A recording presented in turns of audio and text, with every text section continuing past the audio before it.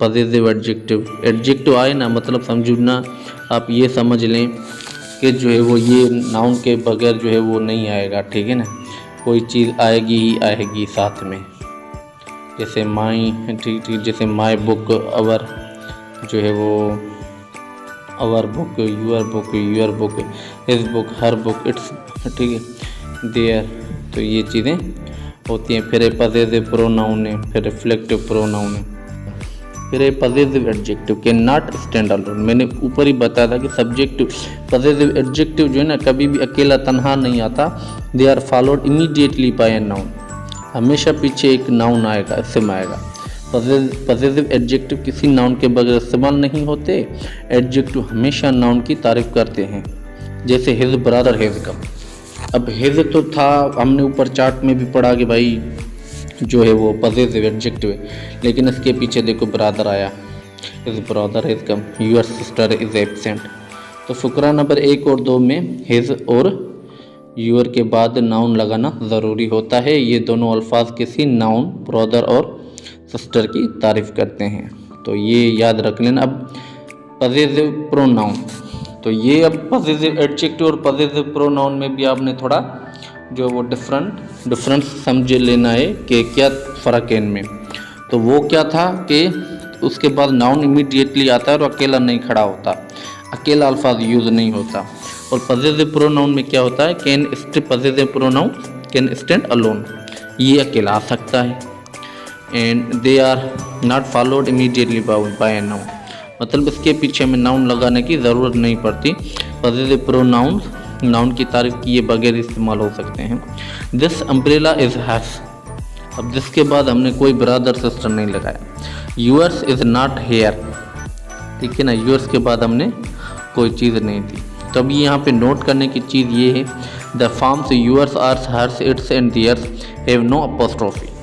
हम इसके ऊपर अपोस्ट्रोफी कभी भी यूज़ नहीं करेंगे। जब भी हम पॉजिटिव चीज़ याद है कि बनाने के लिए हम क्या करते हैं, अक्सर अपोस्ट्रोफी देते हैं। जैसे ये फादर्स नेम, ठीक है, तो उसके ऊपर हम क्या करते हैं, अपोस्ट्रोफी लगाते हैं। ये भी हम आगे चल के बताऊंगा कि अपोस्ट्रोफी कहाँ कहाँ पर कैसे यूज़ होती है। प्लूरल होता है, अगर एस आया आखिर में तो उसका कैसे होता है, ये सारी चीज़ें पढ़ेंगे। लेकिन यहाँ पे मैं आपको बता दूँ कि यहाँ पे जो भी चीज़ें हैं ना, यूअर्स, अवर्स, इनके ऊपर अपोस्ट्रोफी नहीं लगेंगी, ठीक है। The word yours, ours, hers, इन पे देखो अब जो अपोस्ट्रोफी दी हुई है ना, तो ये क्या है कि do not exist in English, ये वजूद ही नहीं रखते, इनका कोई वजूद ही नहीं है इंग्लिश ग्रामर में, ठीक है।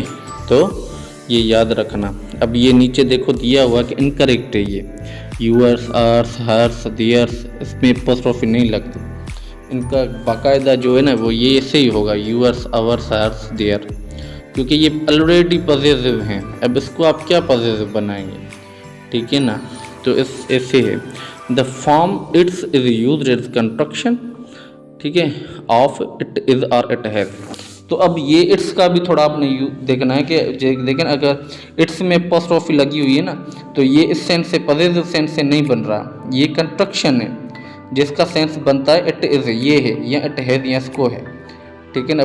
इट और देयर का भी यूजेज आपको मैं पढ़ाऊँगा कि इट और देयर का भी यूजेज इस तरह से है कि मतलब कोई सब्जेक्ट नहीं होता तो हम आर्धी सब्जेक्ट रखते हैं। जैसे इट इज़ रेनिंग, ठीक है, या कहते हैं कि there are some students in the classroom, तो ये क्या है, इट और देयर का यूजेज है। हालांकि देखो कोई सब्जेक्ट नहीं है, बरसात हो रही है, ठीक है ना, तो इस वजह से यहाँ क्लासरूम में कुछ बच्चे हैं, तो इस वजह से, तो बहरहाल वो भी हम पढ़ेंगे। लेकिन यहाँ पे जो इट्स के जो अपोस्ट्रोफी दी हुई है वो किसी और सेंस से दी हुई है, ठीक है। The cat has moved it's tail, गलत है, ठीक है।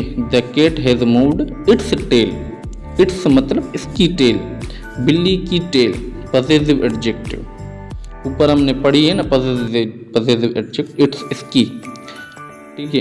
It's been raining for 2 hours, ठीक है, ठीक है, कंस्ट्रक्शन है, it has been raining for 2 hours. तो ये भी आपको सोचना है कि देखें अब यहाँ पे आपको कुछ जो है ना सेंटेंसेस आपको समझने, उसका सेंस समझने की आप कोशिश करें। जैसे जो है वो अब यहाँ पे अगर मैं कहूँ the cat has moved it's, ठीक है, तो ये इट्स नहीं होगा, अपोस्ट्रोफी अगर मिटाएं इट्स, ठीक है ना, तो ये क्या है कि इट इज़ या इट हैज़ नहीं होगा, इट्स होगा, क्योंकि बिल्ली की पूंछ, तो यहाँ पे पसेसिव बनेगा, ठीक है ना। तो यहाँ पे ये नहीं कि हम कहते हैं कि यार इट इज़ है या इट हैज़ है, the cat has moved it has tail या इट इज़ टेल, नहीं, इट्स से होगा। अपोस्ट्रोफी देने का मतलब ये है, अब क्योंकि हमें सेंस समझनी है ना, इट्स, ठीक है, अपोस्ट्रोफी दी हुई है बिन रेनिंग, तो यहाँ पे क्या होगा, इट इज़ बिन रेनिंग नहीं होगा, इट हैज़ बिन रेनिंग होगा, ठीक है ना, कि सब बारिश 2 घंटे से हो रही है, तो इट हैज़ बिन होगा। और वहाँ पे इट्स क्यों दी, यहाँ पे इट हैज़ बिन क्यों दी, और इट इज़ क्यों दी, इट इज़ कहाँ पे आएगा, तो ये थोड़ा सेंस समझना। और यहाँ पे जो इट्स का जो ऊपर यूअर्स आवर्स हर्स में अपोस्ट्रोफी दी हुई, यहाँ पे इट्स में अपोस्ट्रोफी देते हैं, लेकिन वो किसी दूसरे सेंस से देते हैं, ठीक है, इस सेंस से नहीं कि ये वो कोई पॉजिटिव बनता है, नहीं, इसमें हम इट इज़ या इट हैज़ का कंस्ट्रक्शन बना रहे होते हैं, ठीक है। और ये इट इज़ और इट हैज़ को भी हमने समझना होगा कि कहाँ पर ये इट हैज़ आना चाहिए अगर कंस्ट्रक्शन दी हुई है, कहाँ पर जो है वो इट इज़ आएगा या इट्स आएगा, ठीक है। तो ये था वही चीज़ें ऊपर जो हमने पढ़ी थी, कहते हैं कि पॉजिटिव प्रोनाउन नाउन के बगैर आते हैं, पॉजिटिव एडजेक्टिव नाउन के साथ आते हैं।